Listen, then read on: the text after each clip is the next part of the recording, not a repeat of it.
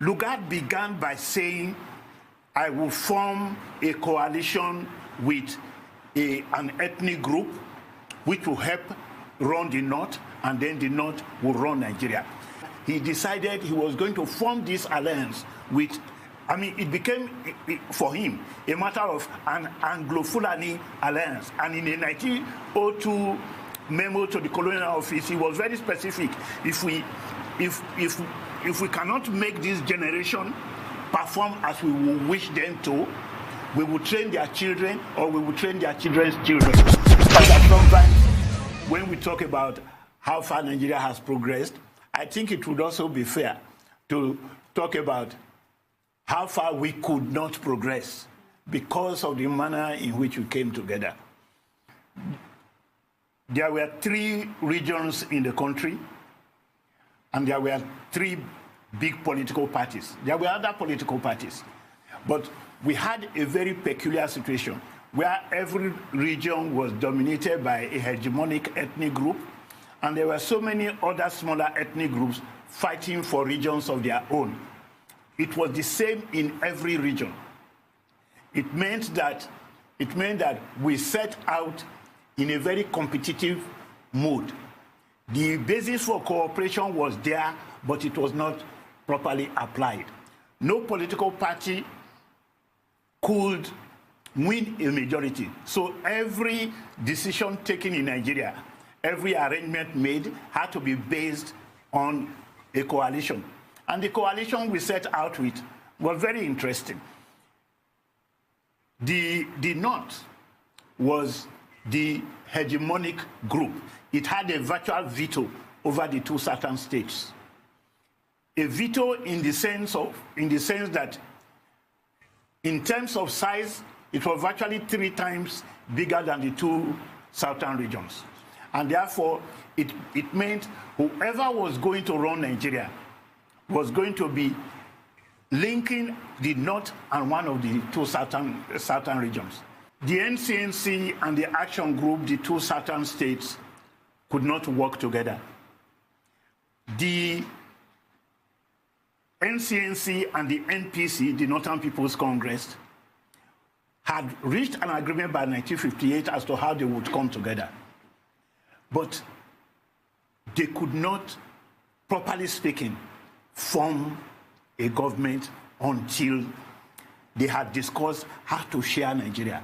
And the decision they reached, I keep saying this, the decision they reached was to give virtually all the big jobs that will be vacated by colonialists to one of the political parties, because in their constituency, that is to say in the Eastern constituency, they had a lot of educated people who could fill the jobs. The North made the concession, but that was also why Zik, whose party really ought to have produced the prime minister because of the number of seats and votes they got, had considered that the North would produce the prime minister, and the leader, the NCNC, would produce a ceremonial president. That changed the chemistry of the Nigerian nation. But when we then became independent, the political parties that won operated on the basis of, as I said before, the veto of one region over the others.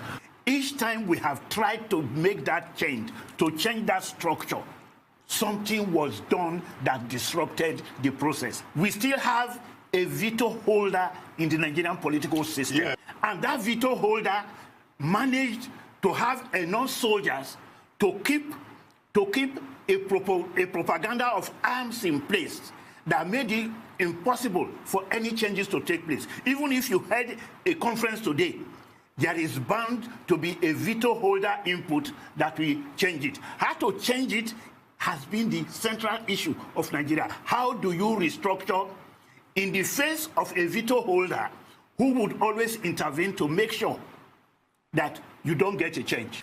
It just so happens that what was a mere veto holder yesterday has become a divine a divine push. And let me tell you what is more terrible about that divine push. There are Southerners who have been exercising veto power in the course of Nigerian history. I will explain so this. It's not as if it's only in the north. No, I will explain this. Hegemony. The average educated Nigerian, in order to be shown as a liberal, very freedom-loving, democratic person, is always trying to be nice to the North. There is no reason to be nice to the North. They are our brothers, and we have a right to fight over the issues that we need to change. It is no longer right to be nice to the North. Because in this particular case, I give you a very good example now. You have a governor who tells you that all the non-Nigerian Fulanis must be catered for by the Nigerian state, and actually argues against the respect for international boundaries, argues against national policies on the grounds that one ethnic group, which just happened to be the ethnic group with which the British worked out an alliance, should permanently remain a freeholder, moving across all boundaries, respecting no laws and things of that nature. If you are talking about all Nigerians having a right, that is a claim to a divine right that you are not allowed to touch unless you belong to that ethnic fraction in Nigeria. If that ethnic fraction had the means to create a nation, they would have created one by now. The truth is that between the Fulani and the Hausa, there is a very badly structured sense of nationality. The way people talk about it, those who know, they will say a pulo is a pulo and a kado is a kado.